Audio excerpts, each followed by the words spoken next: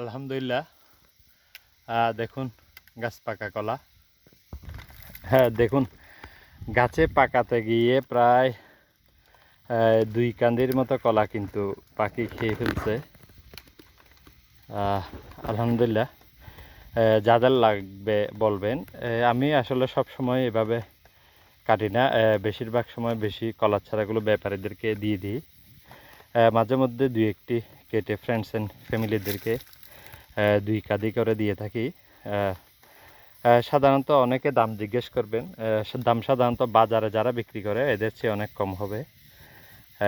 অর্থাৎ এর ছাড়াও একদম বিষমুক্ত ন্যাচারালি পাকছে এই ধরনের।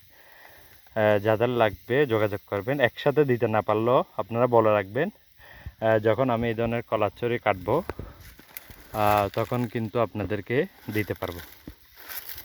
ধন্যবাদ।